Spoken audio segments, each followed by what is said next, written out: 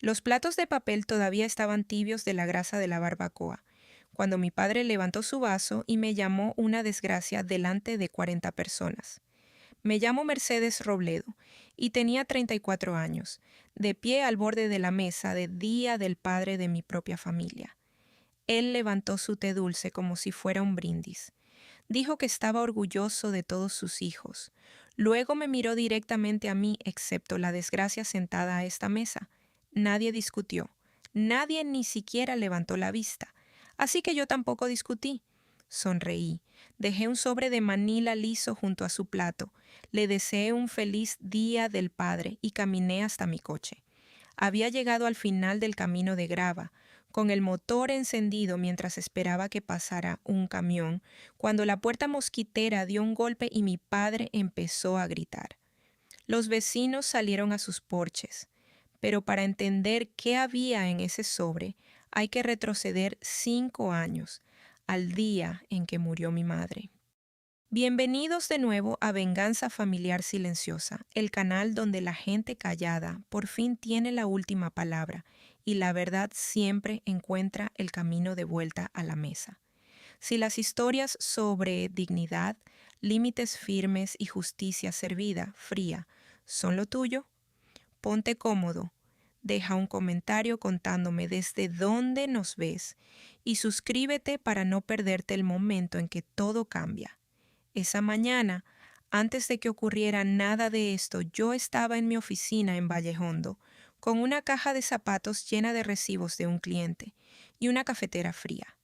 Era festivo, técnicamente.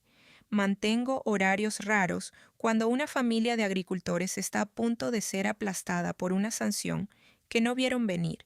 Ernesto Duarte había declarado mal una venta de grano, un error honesto, y la notificación de Hacienda traía 4 ceros. Encontré el formulario rectificativo, el régimen de exención y una manera de reducirlo casi a nada. Ernesto lloró un poco por teléfono. La gente hace eso cuando alguien por fin se pone entre ellos y un número que los aterra. Soy contable. Construí esta oficina desde una mesa plegable y un portátil de segunda mano. Una temporada fiscal a la vez, 12 años de eso. Nadie me regaló nada. Te cuento esto no para presumir, sino para que entiendas el tipo de persona que mi familia había decidido que yo era. Fría, egoísta, la hija que eligió las hojas de cálculo en vez del amor. Colgué con Ernesto y miré el calendario. Día del Padre. Lo había marcado semanas atrás y luego había fingido que no lo había hecho. 40 minutos hasta la casa familiar, 40 minutos de vuelta, una tarde entera de que hablaran de mí en vez de conmigo. Me decía cada año que no iría, y cada año iba porque la mujer que me crió hubiera querido que estuviera allí, y porque tenía un asunto pendiente con esa casa que ninguno de ellos conocía. Cogí las llaves. Me dije que este año sería diferente. Tenía razón, solo que no de la manera que pensaba. El camino hacia Arroyo Hondo no ha cambiado en toda mi vida. Carretera de 2 carriles, luego grava, luego la valla blanca que mi abuelo pintó el verano que volvió de Corea. El robledal ha pertenecido a la familia durante 3 generaciones, 32 hectáreas, un granero que se inclina un poco hacia el sur, y la casa donde nació mi padre, en un dormitorio del piso de arriba. Hay un roble centenario en el jardín lateral que mi madre plantó el año en que se casó. Solía decir, una familia es como ese árbol. No puedes ver casi nada de lo que la sostiene. Doblé la última curva y allí estaba, engalanada con banderines, coches aparcados sobre el heno cortado, humo saliendo de 2 parrillas. Para cualquiera que pasara por allí parecía la casa más feliz del condado. Aparqué en el extremo más alejado del camino, más allá de todos los demás. Como aparca alguien que siempre está listo para irse temprano. Memoria muscular, supongo. El cuerpo recuerda dónde no es bienvenido mucho después de que la mente inventa excusas. Me quedé sentada un minuto con el motor traqueteando. Podía oír la risa de mi hermano cruzando el patio, grande y fácil. La risa de un hombre que cree que el suelo bajo sus pies le pertenece. Revisé mi bolso. La lata seguía dentro donde la había puesto esa mañana sin dejarme preguntar del todo por qué. Había cargado con esa lata durante 2 años. Hoy, por primera vez, la había traído de vuelta al lugar del que venía. Todavía no sabía que, para el atardecer, todos en esa mesa entenderían exactamente lo que significaba. Ignacio recibía a los invitados en la entrada como si fuera el dueño. Tiene 38 años, 4 más que yo, y siempre ha tenido esa manera de plantarse en una puerta que obliga a los demás a pedirle que se aparte. Daba la mano, palmeaba espaldas, señalaba a la gente hacia las neveras como un hombre dando un tour por su propia finca. Su mujer, Sandra, trabajaba el otro extremo, rellenando té y diciendo cosas lo bastante alto para que se oyeran. «Qué contentos estamos de que hayan venido los que sí se presentan», dijo. Me sonrió al decirlo. Ese es el truco, la sonrisa. La tía Lola estaba sentada en la sombra, como una jueza, 71 años y segura de todo. Y cuando me vio, su boca se puso tensa, como cuando encuentra una mancha en un mantel. Mi padre estaba de pie en la cabecera de la mesa, alto y canoso, guapo a la manera en que los agricultores viejos siguen siendo guapos, y me hizo un gesto tan pequeño que podría haber sido un tic. Hola a ti también, papá. Llevé un plato lleno a la mesa porque eso es lo que haces con las manos cuando nadie te ofrece una silla. Y observé. Ese es mi oficio, en realidad, observar dónde no cuadran los números. Y algo en esa fiesta no cuadraba. Ignacio se inclinó y le dijo algo en voz baja a mi padre, y mi padre escuchó, y luego asintió despacio y serio. ¿Cómo se asiente ante algo que ya se ha decidido, a medias? Sandra también lo notó. Me miró, luego apartó la vista rápido. Fuera lo que mi hermano estaba vendiendo esa tarde, mi padre lo estaba comprando. Yo todavía no sabía qué era. No te conviertes en la desgracia de la noche a la mañana. Hace falta una mala temporada y una habitación llena de gente asustada. Hace 5 años, mi madre se moría en el dormitorio de delante y la finca se hundía. Yo sabía esa parte porque soy la única de la familia que lee un balance sin mover los labios. La hipoteca llevaba 3 cuotas de retraso. Los préstamos de maquinaria estaban peor y mi hermano tenía un plan. Ignacio se puso a los pies de la cama de mamá y expuso una inversión, algo seguro. Un hombre que conocía con un negocio de engorde de ganado que saldaría la deuda para la primavera. Solo necesitaba que papá sacara capital de la casa familiar para entrar. Yo hice preguntas. Eso fue todo lo que hice al principio. Pregunté quién era ese hombre, dónde estaban los papeles y qué pasaría con las 32 hectáreas si el negocio seguro no lo era. Ignacio me llamó desalmada. Dijo que nuestra madre estaba ahí tendida y que a mí solo me importaba la letra pequeña. Había traído una carpeta. Había pasado 2 noches preparando una proyección sencilla, lo que costaría el negocio si fracasaba, lo que le costaría a la casa. Se la tendí. Mi padre la cogió, la miró un segundo y la dejó boca abajo sobre la cómoda sin leer una palabra. No necesitamos tus hojas de cálculo, Mercedes. Necesitamos fe.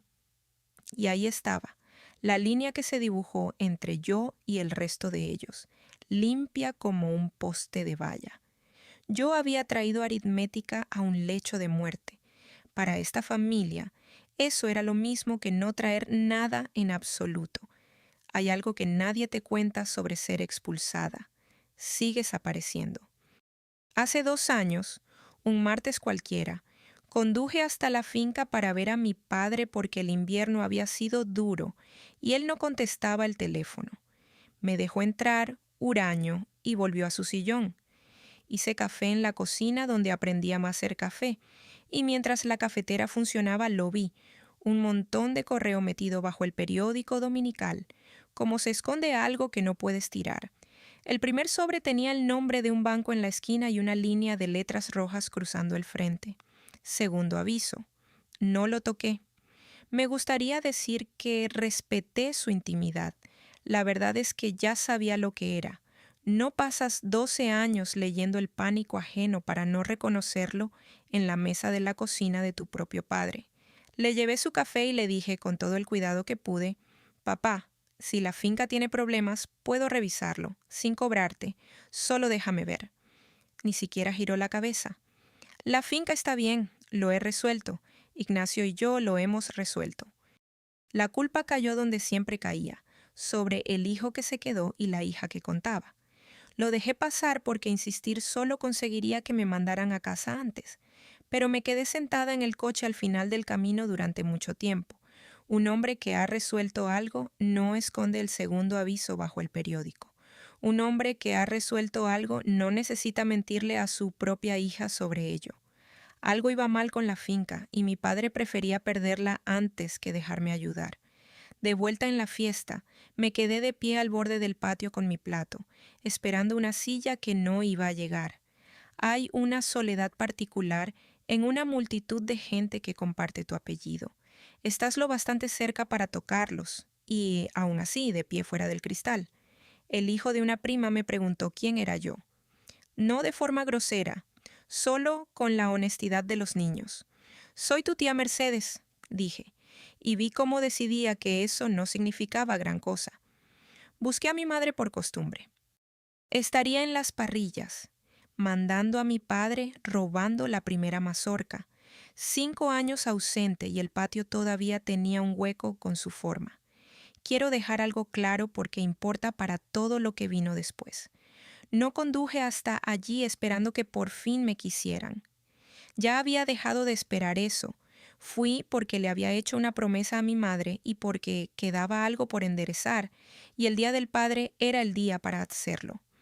Toqué mi bolso y sentí el borde duro de la lata a través del cuero. Algunas decisiones no se sienten como decisiones. Se sienten como una estación que por fin cambia, como se sabe en los huesos que el frío se está rompiendo incluso antes de que se derrita la nieve. Había cargado con esta familia sobre mi espalda en la oscuridad durante 2 años. Había dejado que me llamaran lo que necesitaran llamarme. Y hoy, en silencio, eso iba a terminar. Solo tenía que aguantar los discursos primero. Los vecinos llegaron sobre las 4. Los Pozo llevaban cultivando el terreno de al lado tanto tiempo como los Robledo el nuestro, y su lindero pasa lo bastante cerca del patio como para pasar una cazuela por encima. Manolo Pozo le estrechó la mano a mi padre y le dijo que la finca se veía preciosa, y mi padre se iluminó como solo hace delante de público. Puso el brazo alrededor de Ignacio, extendió la otra mano hacia la casa, el granero, la valla inclinada, todo dorado bajo el sol de la tarde. Esta tierra ha sido tierra Robledo desde que mi abuelo la desbrozó, dijo, y va a seguir siendo tierra Robledo. 4ª generación aquí mismo. Apretó el hombro de Ignacio. Ya lo tenemos todo resuelto. Ignacio agachó la cabeza, humilde como un diácono, y Sandra resplandecía, y la tía Lola se secaba los ojos como si estuviera viendo una boda. Yo estaba a 3 metros, con un plato de comida que no había tocado, y sentí algo extraño. No ira, algo más frío y más callado que la ira. Porque yo sabía cuánto valía esa casa, hasta el último euro. Sabía quién tenía la nota sobre ella. Y no era el hombre que hacía el brindis. Estaba de pie en su propio jardín prometiéndoles a los vecinos un legado que ya no le pertenecía, y ni siquiera lo sabía. Manolo Pozo levantó su cerveza. «Por los Robledo», dijo. Todos bebieron. Yo también levanté mi vaso porque ¿qué más se puede hacer? Pero mis ojos fueron hacia la ventana de la cocina, donde el montón de correos solía esconderse bajo el periódico, y pensé, no tienes idea de lo cerca que estuviste de perderlo todo. Conozco esa sensación, estar en una habitación llena de gente que comparte tu sangre y tu apellido, y aún así sentirte como una invitada en la mesa de tu propia familia. Si alguna vez has sido de quien hablan en vez de con quien hablan, ya entiendes por qué me quedé callada tanto tiempo. Quédate conmigo. Lo que viene ahora es la parte que nadie en ese jardín llegó a ver. El negocio de engorde de ganado fracasó. Claro que sí. Siempre fracasan cuando no hay papeles detrás. el hombre en el que Ignacio había confiado, se llevó el dinero y desapareció antes de que se descongelara la tierra. Mi madre murió ese abril antes de que se recogiera el maíz, y la familia necesitaba a alguien a quien culpar que no fuera el duelo ni un estafador al que nadie podía encontrar, así que me culparon a mí. En el funeral mi tía Lola le dijo a 3 mujeres distintas que a Mercedes le importaba más el dinero que su propia madre. Ignacio se quedó junto al ataúd con la mano sobre el corazón, el hijo maravilloso, el que había intentado salvar la finca mientras su hermana se quedaba en casa con la calculadora. Lloró de manera hermosa. Siempre supo hacerlo. Y dejé que se lo creyeran toda la historia, porque corregirla junto a la tumba de mi madre me habría convertido exactamente en lo frío que decían que era. Esto es lo que ninguno de ellos supo jamás. Mi madre pasó sus últimas 6 semanas en una cama de cuidados paliativos en casa, con una enfermera 3 días a la semana y la medicación buena para el dolor, la que el seguro se niega a cubrir. Alguien pagó eso, no mi padre, que no le quedaba nada salvo orgullo y hectáreas. No Ignacio, ocupado persiguiendo un dinero que ya había perdido. Yo lo pagué en silencio, cada factura, a través de una dirección de facturación que no era la mía, para que nadie preguntara. Sostuve la mano de mi madre la noche que murió, y ella lo sabía, aunque nadie más lo supiera, cuál de sus hijos había contado y cuál se había presentado. Excepto la desgracia, diría mi padre años después, levantando su vaso. No tenía idea de que estaba brindando por la mujer que había enterrado a su esposa con dignidad. Ignacio trabajaba la fiesta como un hombre en campaña electoral. Lo vi llevar a Manolo Pozo y a 2 primos en un paseo lento por la propiedad, señalando el granero, el nuevo tramo de valla, la parcela trasera donde la soja empezaba a crecer verde.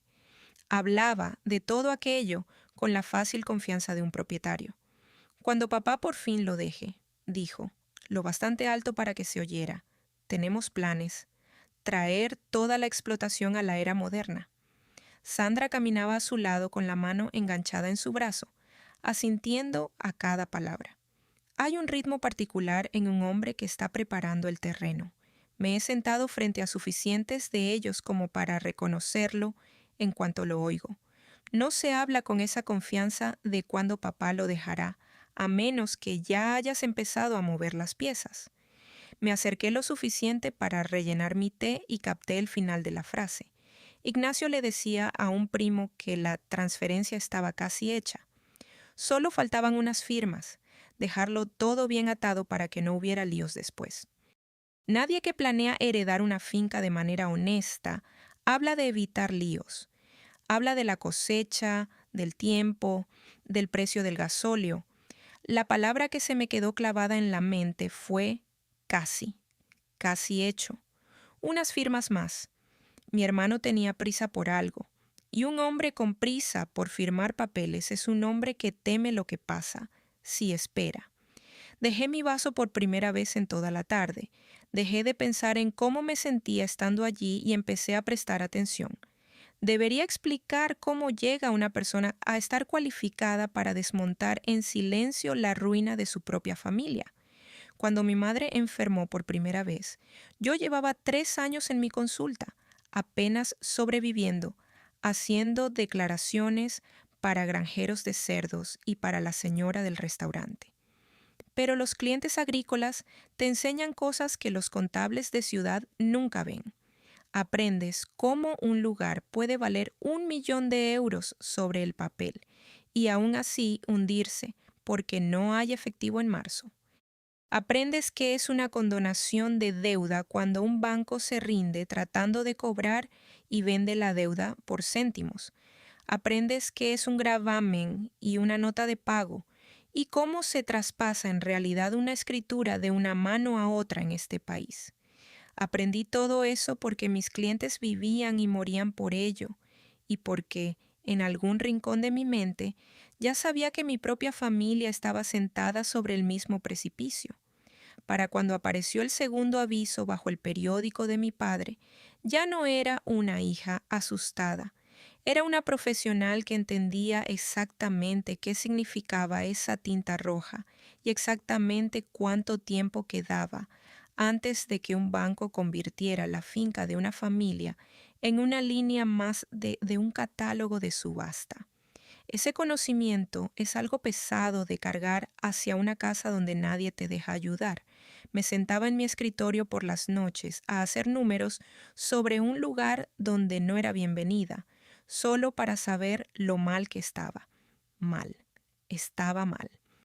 Pero el mismo entrenamiento que me dejaba ver el precipicio también me mostró el saliente, el estrecho, legal y casi invisible saliente, en el que una persona con paciencia y ahorros podía plantarse para atrapar una casa que caía.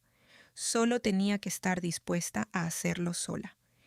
La semana después de ver ese segundo aviso, fui a ver a Walter Serrano. Walter llevaba ejerciendo derecho inmobiliario en Arroyo Hondo desde antes de que yo naciera. Un hombre corpulento con gafas de lectura que nunca limpiaba y una memoria como una trampa de acero. Conocía a mi abuelo, redactó la escritura cuando se casaron mis padres.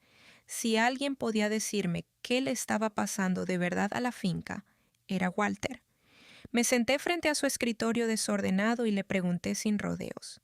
Se quitó las gafas sucias y se frotó los ojos durante un largo momento. Luego me lo contó. La hipoteca había ido más allá de toda salvación.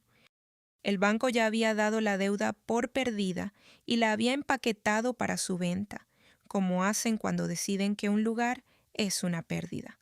La casa familiar estaba a semanas de salir a subasta, y mi padre no se lo había dicho a nadie, ni a Ignacio, ni a Lola, ni a un alma. Prefería perder 3 generaciones de tierra Robledo en silencio antes que admitir en voz alta que no podía sostenerla. Me quedé sentada con eso 1 minuto. El reloj de la pared de Walter marcaba el tiempo. Entonces le hice la pregunta que lo cambió todo. Walter, dije, si el banco ya ha dado por perdida la nota, ¿puede un tercero comprarla? ¿Puede alguien simplemente entrar y comprar la deuda? Se quedó inmóvil. Se puso las gafas de nuevo y me miró por encima de ellas. De verdad me miró, como mira un hombre cuando está recalculando quién eres tú. Dijo, sí, alguien puede. Es legal, es discreto. Y si se hace bien, al banco no le importa quién firme el cheque. Hizo una pausa. Mercedes, ¿me estás preguntando lo que creo que me estás preguntando? No le respondí de inmediato. Ya estaba haciendo los cálculos. Quiero que entiendas lo que costó, porque nada de esto fue un regalo caído del cielo. Había pasado 12 años construyendo mi consulta hasta convertirla en algo que valía un poco de dinero. Tenía un plan de jubilación que había alimentado desde los 22 años. Tenía un pequeño local de oficina ya casi pagado del todo. Para comprar esa nota, pedí un préstamo con garantía sobre la oficina. Vacié casi todo el plan de jubilación y agoté los ahorros que había guardado para el día lluvioso que a todo hijo de agricultor le enseñan a temer. Me senté en la oficina de Walter y firmé mi propia seguridad, sacándola de debajo de mí misma, para atrapar una casa que caía y que la gente dentro de ella jamás sabría que había sido atrapada. Lo hicimos limpio. Walter creó un fideicomiso para retener la nota y el gravamen inscrito sobre la propiedad, con los términos que yo dicté. Sobre el papel, el fideicomiso simplemente se convirtió en el acreedor, el nuevo nombre al que respondía el viejo préstamo del banco, y puse todo el asunto en moratoria, sin pagos exigidos, sin cobros, la deuda congelada en el sitio. Mi padre seguiría viviendo en esa casa exactamente como siempre había vivido, sin alquiler, sin aviso, sin llamada a la puerta. El banco recibió su cheque y se marchó, y la subasta que estaba a semanas de destruir a mi familia simplemente nunca ocurrió. Por lo que el mundo sabía, Ramón Robledo lo había resuelto. Incluso él mismo empezó a creérselo. Y yo lo dejé. Lo dejé porque la alternativa era entrar en esa casa y decir, te salvé, y ver su cara agriarse, porque ser salvado por la desgracia habría sido peor para él que perder la tierra. Así que no se lo dije a nadie. Conduje de vuelta a Vallejondo esa noche, mucho más pobre y cargando un secreto más pesado que la propia deuda.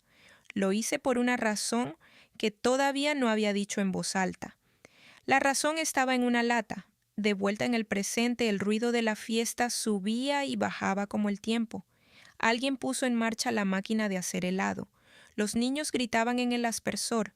Mi padre presidía la cabecera de la mesa, e Ignacio mantenía los vasos llenos, y toda la maquinaria de la tarde seguía funcionando sin mí, como siempre lo había hecho. Me escabullí de todo aquello. Crucé el jardín hasta el roble de mi madre, donde el ruido se diluía y la sombra era profunda, y me senté en el viejo banco de hierro que mi padre juraba repintar cada primavera y nunca lo hacía. Desde allí podía ver toda la fiesta a distancia, como algo que le estuviera pasando a otra persona. Saqué la lata de mi bolso y la sostuve en el regazo. Era una vieja lata de pastel de frutas, abollada, con la tapa pintada de flores de Pascua descoloridas. Mi madre guardaba botones ahí, y luego, cuando enfermó, guardaba otras cosas. Después de que ella muriera, mi padre no fue capaz de revisar su cómoda, así que el trabajo cayó sobre mí. Como siempre caían los trabajos duros y callados. Encontré esta lata al fondo de su último cajón, bajo una colcha doblada. Dentro había una carta con mi nombre en el frente, con su letra, la cursiva temblorosa en los bordes. La había leído una vez, la noche que la encontré, y luego la había guardado y la había cargado durante 2 años, sin volver a leerla, porque hay cartas que solo se pueden sobrevivir cierto número de veces. Pero la había traído de vuelta a la finca hoy, a propósito. Necesitaba leerla aquí, bajo la sombra de su árbol, antes de hacer lo que había venido a hacer. Así que abrí la tapa. El papel se había ablandado de tanto doblarse. La voz de mi madre subió de la página como si estuviera sentada a mi lado en el banco. Mercé, escribió, para cuando leas esto ya me habré ido, así que lo diré claro, como a ti te gustan las cosas.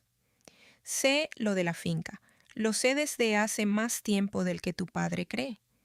Lo he visto esconder los avisos y lo he visto apoyarse en Ignacio, y sé cómo termina esto si alguien no lo detiene. Escribió sobre cómo se había casado con esta tierra a los 19 años y había aprendido a quererla de la manera en que quieres a un hombre difícil, por todo lo que te exige. Luego, escribió la parte que había cargado durante 2 años.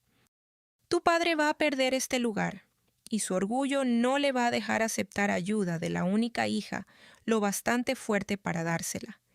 Esa eres tú, Merce, siempre fuiste tú.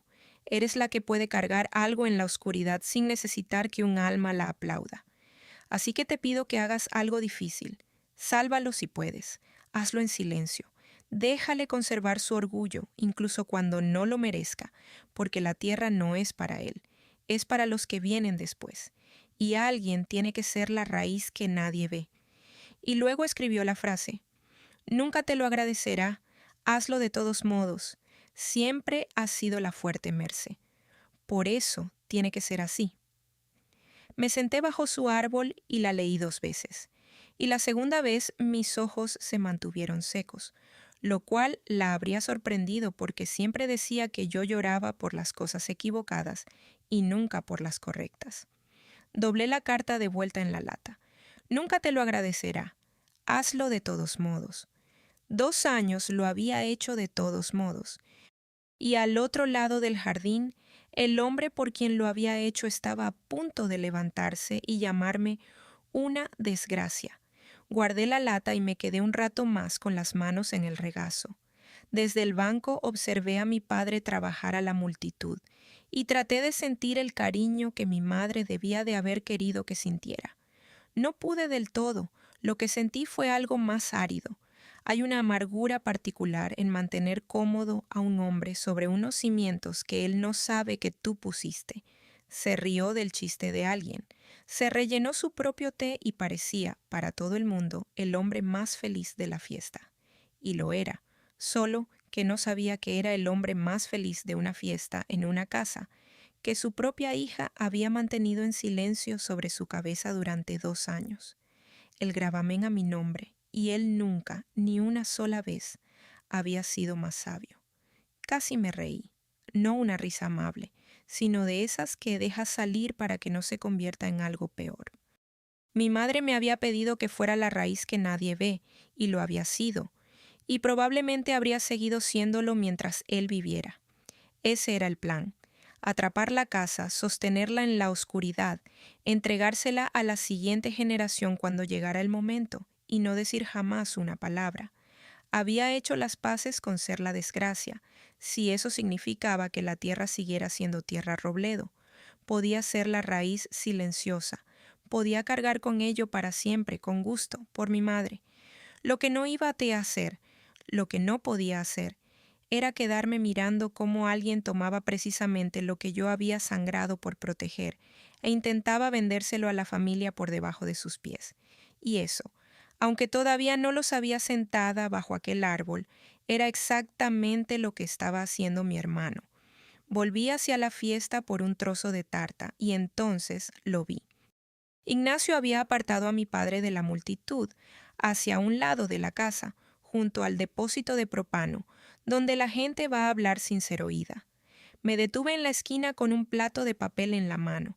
Una mujer cualquiera buscando el postre, invisible como lo había sido todo el día. Ignacio tenía una carpeta. La abrió contra la pared de la casa y le tendió un bolígrafo. «Justo aquí, papá», dijo. «Y aquí donde están las pestañas, solo para dejarlo todo bien atado y que nadie pueda darnos problemas después».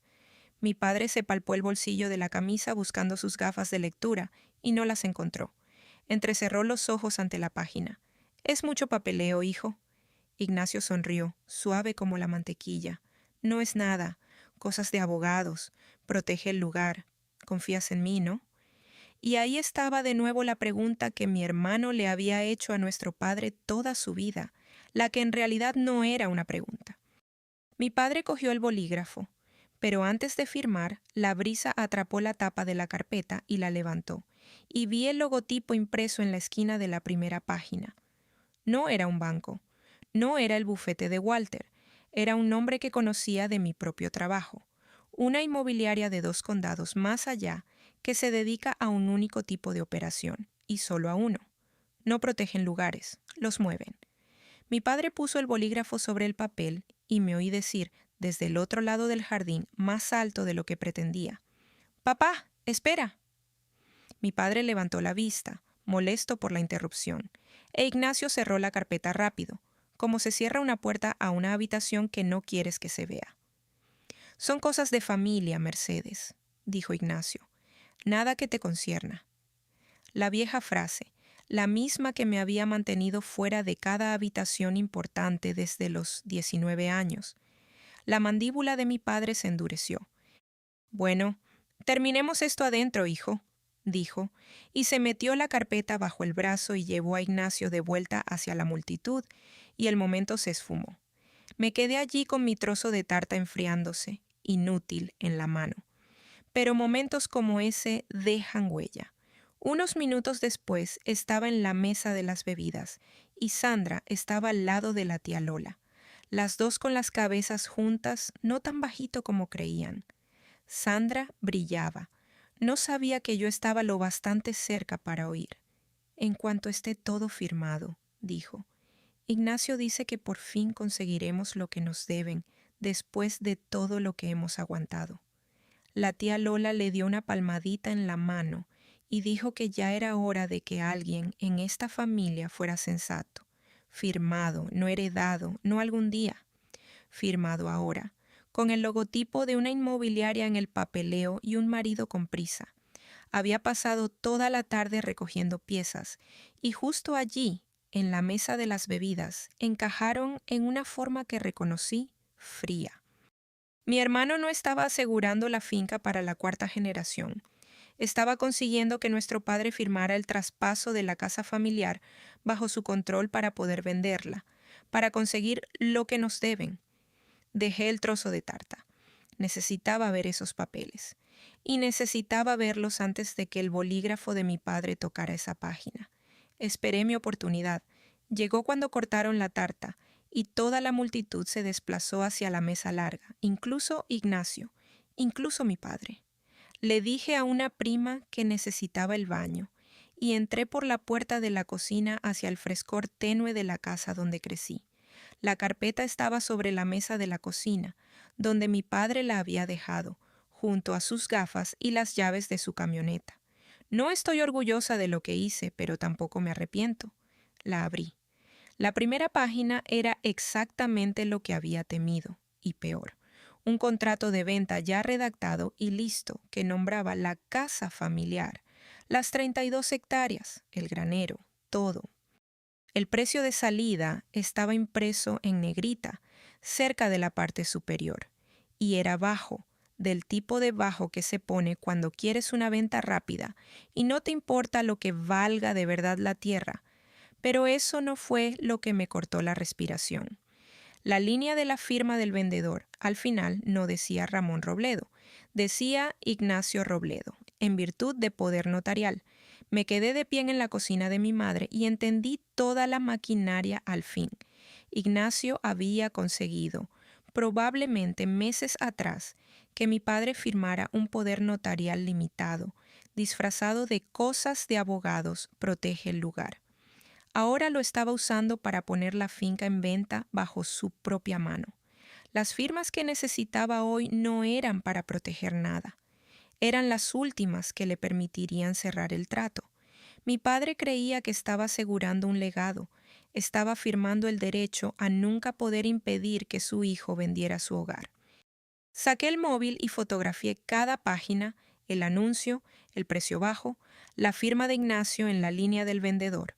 Luego cerré la carpeta exactamente como la había encontrado. Mis manos estaban firmes. Siempre lo están. Eso es lo que nadie me reconoció nunca. Esto es lo que pasa cuando te subestiman durante años. La gente se olvida de esconderte las cosas. Dan por hecho que no estás prestando atención, que no importas lo suficiente como para notarlo. Para cuando mi hermano deslizó ese papeleo sobre la mesa, yo ya había pasado 2 años aprendiendo exactamente cuánto valía nuestra familia y exactamente quién estaba intentando venderla. Sigue viendo, el sobre está más cerca de lo que crees. No confronté a nadie en la fiesta. Ese es el error que se supone que comete la desgracia. La escena, las lágrimas, la acusación que nadie cree. Yo no funciono así. Volví a salir, comí un trozo de tarta educadamente, dije que pronto me despediría, y luego me aparté junto al granero, donde tenía algo de cobertura, y llamé a Walter Serrano a su casa un domingo.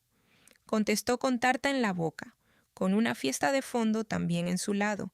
Le conté lo que había visto, la carpeta, la inmobiliaria, el contrato de venta firmado por Ignacio en virtud de poder notarial. Walter dejó de masticar. Me hizo 3 preguntas precisas. La fecha del contrato, el nombre de la agencia, si el precio figuraba en él. Le respondí a las 3. Hubo un largo silencio en la línea. Luego Walter dijo lo que yo ya sabía, pero necesitaba oír de boca de alguien con licencia. Mercedes, si tiene un poder válido y la pone en venta y encuentra comprador, tu padre podría perder esa finca en 60 días. Y no hay mucho que Ramón pueda hacer al respecto una vez que esté en marcha. Especialmente, añadió Walter, si Ramón ni siquiera entiende lo que firmó. Me apoyé contra el granero que construyó mi abuelo y miré hacia la parcela trasera verde, la valla inclinada y el roble. 60 días. Mi hermano había construido una máquina limpia y silenciosa para tomar la casa familiar, y ya estaba en marcha. Había pensado en todo, excepto en una cosa. No sabía que la finca jamás podría venderse sin pasar primero por mí. Quiero detenerme aquí, porque este es el punto en el que giró toda la tarde. Mi hermano había pasado meses trabajando a mi padre, reuniendo firmas, alineando un comprador, convirtiendo un poder notarial en una llave que le permitiera vender la finca familiar y quedarse con lo que él llamaba lo que nos deben. Era, lo admito, un buen plan. paciente, cruel. Exactamente el tipo de cosa en la que siempre había sido mejor que en el trabajo honesto. Pero todo plan descansa sobre una suposición, y el plan de Ignacio descansaba sobre una que llevaba 2 años siendo falsa. Él creía que la finca podía venderse libre de cargas. No podía. Cuando yo compré aquella deuda condonada y la incorporé al fideicomiso, el derecho del banco sobre la casa familiar pasó a ser mío. La escritura de gravamen inscrita, el derecho que aseguraba el valor total del lugar, ahora llevaba el nombre de mi fideicomiso, el que yo había financiado, el que yo controlaba. Mi padre seguía teniendo el título, seguía siendo el dueño de la tierra sobre el papel, pero esa tierra cargaba con un gravamen por todo su valor. Y quien tenía ese gravamen era yo. Mi padre vivía allí sin que nada cambiara, aunque nunca notó la diferencia, porque nada en su vida diaria había cambiado. Así que imagínatelo, mi hermano de pie en el jardín lateral, consiguiendo que nuestro padre firmara un poder notarial para vender una casa, y la casa ya estaba, en silencio, legalmente, fuera de su alcance para venderla por debajo de nosotros. Un poder notarial te permite actuar en nombre de quien te lo otorgó. No te permite entregarle a un comprador un título limpio cuando hay un gravamen por el valor total de la propiedad en manos de otra persona. Ignacio había construido una llave preciosa y la había encajado con cuidado en una cerradura que no abría nada.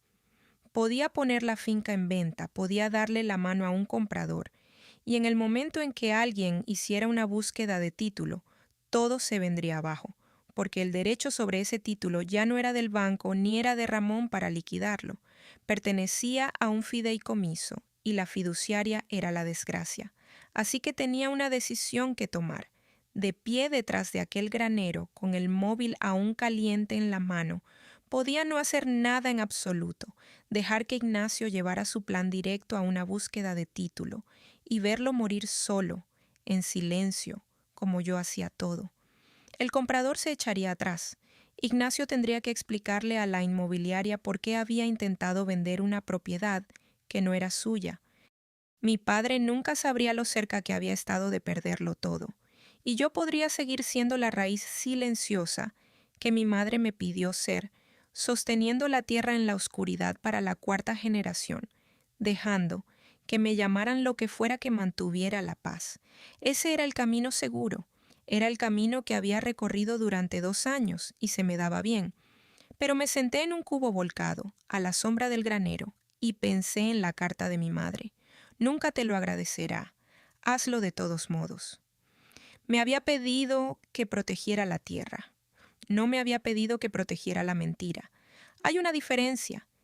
Y me llevó 2 años y un día del padre sentirla en el pecho. Proteger la tierra en silencio no me había costado nada más que dinero y orgullo. Pero proteger la mentira, año tras año, me había costado mi nombre dentro de mi propia familia. Había dejado que un buen hijo siguiera siendo bueno ante los ojos de todos, mientras intentaba robarles a todos ellos.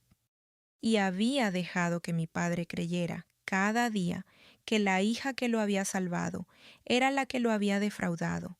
Mi madre me había pedido que conservara su orgullo, incluso cuando no lo mereciera. Pero un hombre que vendería el legado del que presume no merece que se le siga ocultando la verdad a la gente ante la que presume. Tomé mi decisión, no venganza, luz del día. Volví a rodear el granero con intención de encontrar una manera discreta de advertir a mi padre una vez más, como lo había advertido sobre el segundo aviso 2 años antes. Se lo debía, pensé. Lo alcancé junto a la mesa de los postres, lejos de Ignacio por una vez, y mantuve la voz baja y firme. Papá, dije, antes de que firmes nada más hoy, ¿me dejas leerlo? Solo leerlo. 5 minutos, por favor. Por un segundo algo cruzó su rostro y me permití tener esperanza. Entonces Ignacio apareció a su lado como si lo hubieran convocado, y la mandíbula de mi padre se endureció, y la puerta que se había entreabierto volvió a cerrarse de golpe. Me miró delante de Manolo Pozo, delante de los primos, delante de su hermana, y lo dijo lo bastante alto para que todos lo oyeran. Perdiste el derecho a preocuparte por esta familia el día que dejaste morir a tu madre. Las palabras cayeron como una bofetada. Manolo Pozo se miró los zapatos. Sandra sonrió dentro de su vaso, y yo me quedé de pie bajo la luz dorada de la tarde con 5 años de ser la desgracia pesando sobre mis hombros, y entendí que ya no quedaba ningún camino silencioso. Le había ofrecido la verdad con delicadeza, y él me la había escupido de vuelta delante de testigos. Quería que me expulsaran. Lo quería público. Bien, he pasado toda mi vida oyendo que era fría. Así que me dejé ser exactamente tan fría como el momento exigía, es decir, perfecta y profesionalmente clara. Si quería la verdad en público, la iba a tener en público, solo que no iba a levantar la voz para hacerlo. Me fui de la fiesta temprano, antes de los discursos, y nadie notó que me iba, lo cual me pareció apropiado. Conduje los 40 minutos de vuelta a Valle Hondo con las ventanillas bajadas y la carta de mi madre en el asiento a mi lado. Y para cuando llegué a mi oficina, el sol estaba bajo y mi mente estaba clara como un libro cerrado. Entré y encendí una sola lámpara. Luego imprimí 3 documentos. El primero era la escritura registrada, el registro público que mostraba la casa familiar sujeta al fideicomiso, mi fideicomiso, fechado 2 años atrás, sellado por el registro de la propiedad. El segundo era la carta de liquidación del banco, la prueba de que la deuda que casi se había llevado la finca había sido saldada por completo por mí, aquella misma primavera en la que mi padre les había dicho a esos mismos vecinos que él lo había resuelto. El tercero era una copia del contrato de venta, el que había fotografiado en la cocina de mi madre, la firma de Ignacio al final, en virtud de poder notarial, el precio de salida impreso, bajo hasta dar náuseas. 3 papeles, la verdad entera de 5 años en blanco y negro, el único idioma que esta familia jamás me había dejado hablar. No añadí una sola palabra de acusación. No le escribí una carta llamándolo cruel, ni a mi hermano ladrón. Los papeles lo decían todo sin alzar la voz, que es la única manera en que he sabido ganar. Cuadré los bordes y los deslicé en un sobre de manila liso, del tipo que uso para clientes, y escribí una línea en el frente pequeña, con mi letra firme de contable. Feliz Día del Padre. Luego apagué la lámpara y me fui a casa, porque el Día del Padre todavía no había terminado, y quedaba un lugar más al que ese sobre tenía que llegar. Casi no volví. Me senté a mi propia mesa de cocina esa tarde con el sobre delante y me dejé sentir el tamaño de lo que iba a provocar. Una vez que esos papeles salieran, no habría manera de doblarlos de vuelta. Mi padre sabría, delante de todos, que la desgracia había tenido su casa en sus manos durante 2 años. Ignacio quedaría acabado en la familia y probablemente fuera de ella. La historia limpia que todos se contaban se haría añicos sobre las losas del patio y jamás podrían volver a pegarla como estaba. Una parte de mí quería protegerlos incluso entonces. Esa es la parte que mi madre conocía, la raíz que crece en la oscuridad y no pide nada. Pero leí su carta una vez más y dejé que la última línea se asentara donde le correspondía. Nunca te lo agradecerá, hazlo de todos modos. Ella escribió eso sobre salvar la tierra, pero ahora entendía que hacerlo de todos modos significaba la totalidad difícil, no solo la parte fácil y silenciosa. Significaba dejar que la verdad se sentara a la mesa, incluso cuando la verdad me costara el último resto de pertenencia que me quedaba. No iba a volver para humillar a mi padre. Bien sabe Dios que él se las había arreglado solo para humillarse sin mi ayuda. Volvía porque una mentira había llevado mi nombre durante 5 años y por fin había dejado de prestárselo. Miré la hora. La fiesta estaría desinflándose, quedando solo la familia, los vecinos rezagados junto a la valla, el público perfecto para el único tipo de venganza en el que jamás he creído. el tipo en el que simplemente dejas que la gente deje de mentir sobre ti y dejas que el papeleo haga el resto. Cogí el sobre y las llaves. Ya casi anochecía cuando volví a subir por el camino de grava. Los coches habían menguado, pero el núcleo seguía allí. La familia en la mesa larga, los pozos apoyados en la valla con café, las velas de citronela recién encendidas contra los mosquitos. La luz había adquirido ese dorado profundo de verano, que hace que todo parezca un recuerdo mientras todavía está ocurriendo. Aparqué en el extremo más alejado del camino, como hacía siempre, y caminé entre el heno cortado con el sobre en la mano. Las conversaciones se apagaban a mi paso, como se apagan cuando llega la persona de la que han estado hablando. Ignacio me vio primero, y algo se tensó en su cara, un destello del niño que solía comprobar si yo lo había visto llevarse lo último de algo. No sabía lo que yo sabía, pero los hombres como mi hermano siempre sienten que el tiempo cambia antes de entender por qué. En la cabecera de la mesa mi padre presidía, vaso en mano, contándole a los Pozo una historia sobre mi abuelo. E Ignacio, recuperado, levantó su propio vaso y llamó, cálido y falso. Antes de que se vaya todo el mundo, alguien debería decir algo por papá. Día del Padre y todo eso. Un murmullo de acuerdo. Vasos en alto.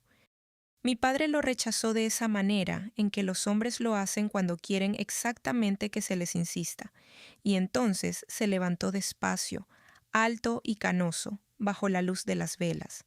El patriarca, el hombre más feliz de una fiesta en una casa que no era suya. Me detuve a unos pasos de la mesa. Sostuve el sobre a mi lado, donde nadie tenía motivo para mirarlo todavía, y esperé a que mi padre dijera lo que ya sabía, en los huesos, que iba a decir. Mi padre levantó su vaso y miró alrededor de la mesa. Todo aquello, la familia, la tierra, la noche dorada, todo su reino. He sido bendecido, dijo, y su voz sonó como siempre sonaba cuando tenía público. 3 generaciones sobre esta tierra. Y empezó a nombrarlas sus bendiciones, dando la vuelta a la mesa. Asintió hacia Ignacio primero y más tiempo, mi hijo que se quedó, que trabaja esta tierra a mi lado. Sandra recibió un gesto, los primos, incluso la tía Lola, que se llevó la mano al pecho. Dijo que estaba orgulloso, dijo, de todos sus hijos. Y entonces sus ojos me encontraron, de pie justo al final de la mesa, bajo la luz de las velas, y el calor se drenó de su rostro como el agua de un abrevadero agrietado. Toda la mesa siguió su mirada hacia mí. Orgulloso de todos mis hijos, dijo otra vez más despacio ahora, asegurándose de que los vecinos también lo oyeran, excepto la desgracia sentada a esta mesa. Las palabras salieron a través del patio y quedaron colgando en la luz de los mosquitos. El tenedor de alguien dejó de raspar. Manolo Pozo apartó la mirada. Sandra levantó su vaso para ocultar una sonrisa y no lo consiguió del todo. La tía Lola dio un pequeño gesto de satisfacción, una jueza dándose la razón a sí misma. E Ignacio, mi hermano, el ladrón de camisa limpia, me miró con algo cercano a la lástima, porque creía que ya había ganado, y esto era solo la parte en la que ponían a la desgracia en su sitio una vez más antes de que terminara la noche. Nadie me defendió, ni uno de ellos. En 5 años, ni uno solo lo había hecho jamás. Me quedé muy quieta y dejé que el silencio terminara. Luego hice lo único que me quedaba por hacer y que era mío. No hubo lágrimas de mi parte. Quiero que lo sepas, porque toda la mesa estaba preparada para ellas. Querían que la desgracia se derrumbara, que montara una escena, que demostrara que la historia era verdad. Nunca en mi vida les he dado a las personas la versión de mí que estaban esperando. Así que sonreí, una sonrisa de verdad, casi amable, que creo que inquietó a mi padre más de lo que un grito jamás podría haberlo hecho. Me acerqué a la cabecera de la mesa, hacia la luz de las velas. lo bastante cerca como para que tuviera que mirarme, y dejé el sobre de Manila junto a su plato, cuadrado y silencioso, como se deja algo que ya está decidido. Sus ojos bajaron hacia la línea en el frente. Feliz Día del Padre. Luego volvieron a subir hacia los míos, estrechos, suspicaces. Un hombre que sentía que el suelo cambiaba y todavía no sabía en qué dirección. ¿Qué es esto?, dijo. No era una pregunta, en realidad. Era una advertencia. Mantuve la voz baja y firme, la voz que uso cuando un cliente está a punto de aprender algo difícil y verdadero. Feliz Día del Padre, papá, dije. Ábrelo cuando estés listo. Eso fue todo, sin acusación, sin discurso. 5 años de aquello, y le dediqué menos palabras de las que él acababa de dedicarme a mí. Miré alrededor de la mesa una vez, a Ignacio, a Sandra, a Lola, a los Pozo congelados junto a la valla, y dejé que todos vieran que estaba perfecta, completamente serena. Luego me di la vuelta y caminé de regreso entre el heno cortado hacia mi coche. Detrás de mí oí a mi padre coger el sobre, oí el papel. No me di la vuelta. Algunas cosas no hace falta verlas para saber que han dado en el blanco. El camino hasta el coche se sintió de 1 kilómetro. Detrás de mí, el patio se había quedado en silencio de esa manera particular. Una multitud se calla cuando todavía no sabe si avergonzarse o asustarse. Oí la voz de Ignacio, animada y alta para beneficio de los vecinos, diciéndole a todos que no me hicieran caso. Está siendo dramática, dijo. Ya sabéis cómo es. Ignóralo, papá. Tíralo. Pero mi padre no lo tiró. Podía sentirlo sin mirar, como se siente que una tormenta cambia de dirección. Hay un tipo de silencio que hace un hombre cuando está leyendo algo que no encaja con la historia que tiene en la cabeza, y ahora salía de aquel patio, espeso como el humo de la citronela. Ábrelo, murmuró alguien. Quizás Sandra, curiosa a su pesar. Quizás Lola. Llegué a mi coche y puse la mano en la manija, y me obligué a detenerme un segundo en la última luz. Pensé en mi madre bajo su roble, y en la noche que murió, y en los años de facturas que nadie vio jamás. Pensé, esto es por ti. Y no estaba segura de si me refería a ella o a la chica que fui, la que llevó una carpeta a un lecho de muerte y le dijeron que la familia necesitaba fe en su lugar.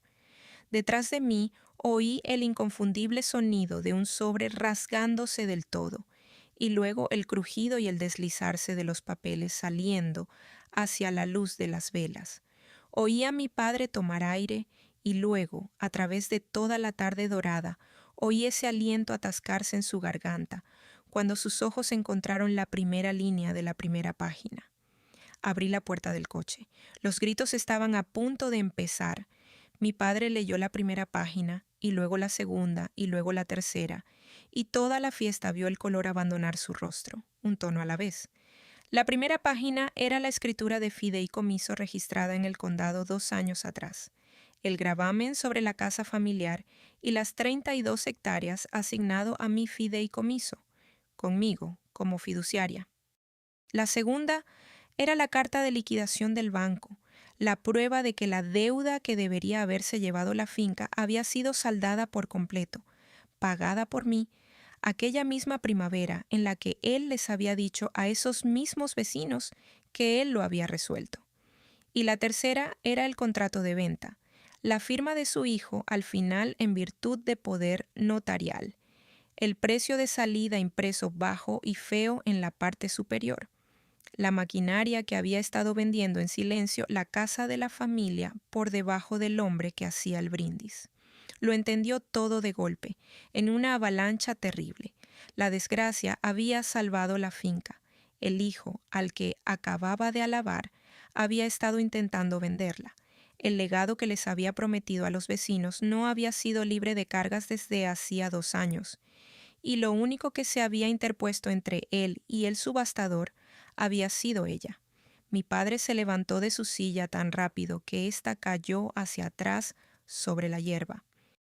Ignacio, dijo, y su voz se partió limpiamente por la mitad. ¿Qué es esto? ¿Qué has hecho? Ignacio ya estaba de pie, con las manos en alto, el encanto fácil vuelto ceniciento. Papá, eso no. Ella lo está retorciendo. Eso. Pero mi padre ya no escuchaba.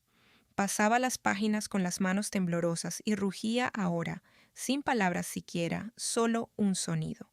El sonido de un hombre orgulloso viendo cómo se desmorona de golpe cada historia que se había contado sobre sí mismo. Los pozos se apartaron de la valla. Calle abajo. Una luz de porche se encendió de golpe, y luego otra. Vecinos saliendo a ver qué estaba rasgando la tarde. Yo estaba en mi coche con la ventanilla bajada cuando mi padre por fin encontró palabras de nuevo y gritó mi nombre a través del jardín. No, la desgracia. Mi nombre, Mercedes. Encendí el motor y dije lo único que me quedaba por decir, en voz baja, a través de la ventanilla abierta, hacia el caos de la gente que jamás me había defendido. No vine a quitarte nada, papá. Vine a devolvértelo. Siempre fue tuyo. Solo me aseguré de que nadie pudiera quitártelo, ni siquiera él. No me quedé a verlo arder. Esa es la diferencia entre yo y la gente de esa mesa. Necesitaban público para todo, su orgullo, su dolor, su crueldad. Yo no necesitaba público para mi justicia, pero vi lo suficiente por el retrovisor para que me durara. Ignacio se alejaba de la mesa con las manos aún en alto, hablando rápido, y ya nadie lo miraba como antes. Sandra se había apartado de su marido, 1 metro entero de aire nocturno entre ellos ahora. La primera grieta en un matrimonio construido sobre lo que nos debían. La tía Lola estaba sentada con la boca abierta, y por una vez, en sus 71 años, sin nada que decir. Y mi padre orgulloso, duro y tonto, se había vuelto a sentar en la silla que alguien le había puesto derecha, con los papeles sueltos sobre el regazo, mirando la escritura registrada con mi nombre como si estuviera escrita en un idioma que apenas ahora empezaba a aprender. Los vecinos se quedaron junto a sus vallas bajo la luz de los porches, y todo el que había oído que me llamara desgracia ahora oía el resto, y no había cómoda lo bastante grande para esconder esto boca abajo. Giré desde el camino hacia la carretera de 2 carriles y subí la ventanilla. Los gritos se desvanecieron detrás de mí. Conduje los 40 minutos de vuelta a casa con la radio apagada y la carta de mi madre en el asiento a mi lado. Y en algún punto cerca del límite del condado me di cuenta de que mis manos, por fin después de 5 años, no estaban firmes en absoluto. Estaban temblando. Las dejé temblar. Me lo había ganado. El anuncio de venta desapareció en 1 semana. Una búsqueda de título lo habría matado de todos modos. Pero Walter hizo una sola llamada a la agencia y se esfumó para el martes, como si nunca hubiera existido. Ignacio tuvo una semana más dura. Los acreedores a los que planeaba pagar con la venta no desaparecieron solo porque su plan lo hiciera, y sin la finca para vender, no le quedaba nada que ofrecerles. Sandra se llevó a los niños a casa de su madre, en el condado vecino, y según lo último que supe, no había vuelto. El hijo dorado de la 4ª generación resultó ser solo un hombre que debía dinero, y había mentido al respecto. Y un pueblo pequeño no olvida eso rápido. Walter y yo terminamos el trabajo que había empezado 2 años antes. Esta vez mi padre firmó de buena gana, con los ojos abiertos, y plegamos la casa familiar en un fideicomiso familiar, como es debido, del tipo construido para sobrevivirnos a todos. Mi padre puede vivir allí el resto de sus días, exactamente como siempre lo ha hecho, cada hectárea y cada tabla de ella. Pero nunca más podrá venderse por debajo de la familia, ni por Ignacio ni por nadie, porque los términos no lo permiten y la fiduciaria no va a firmarlo. La fiduciaria sigo siendo yo. Mi padre llamó 9 días después del Día del Padre. Casi no contesté. Cuando lo hice, no se disculpó. No de verdad. Mi padre no tiene el equipo para eso. Pero dijo mi nombre, Mercedes, y no la otra palabra, y me preguntó con una voz que jamás le había oído usar, ¿Por qué nunca se lo dije? Le dije. No me habrías dejado ayudar si lo hubieras sabido. Y se quedó callado un largo rato, porque los dos sabíamos que era verdad. Luego me preguntó si volvería a la finca algún día, y ahí es donde tracé la línea que mi madre jamás llegó a trazar por sí misma. Mantendré el techo sobre tu cabeza, papá, dije, por ella y por la tierra y por los que vengan después. Pero no voy a seguir de pie en una habitación que me llama desgracia. Son dos cosas distintas, y ya no consigues una sin la otra. No discutió. Por primera vez en 5 años, no discutió. He pensado mucho desde aquella noche en lo que mi madre me pidió y en la parte de su carta que solo entendí demasiado tarde. Aprendí que serla fuerte no significa que le debas a la gente tu silencio para siempre, y que a veces lo más amable y lo más fuerte son la misma cosa, que es dejar por fin que la verdad se siente a la mesa y se quede. Ahí lo dejo esta noche. Un sobre, un viaje silencioso a casa, una familia que por fin sabe quién sostuvo el techo todo este tiempo, la grasa de la barbacoa todavía tibia sobre los platos, el segundo aviso escondido bajo el periódico dominical. Hazlo de todos modos, con la letra temblorosa de mi madre. Si alguna vez te ha llamado desgracia gente que nunca vio lo que cargabas en la oscuridad, cuéntamelo en los comentarios, porque los leo y no eres la fría de tu propia historia. Suscríbete a Venganza Familiar Silenciosa, donde los callados siempre tienen la última palabra. Nos vemos en la próxima mesa.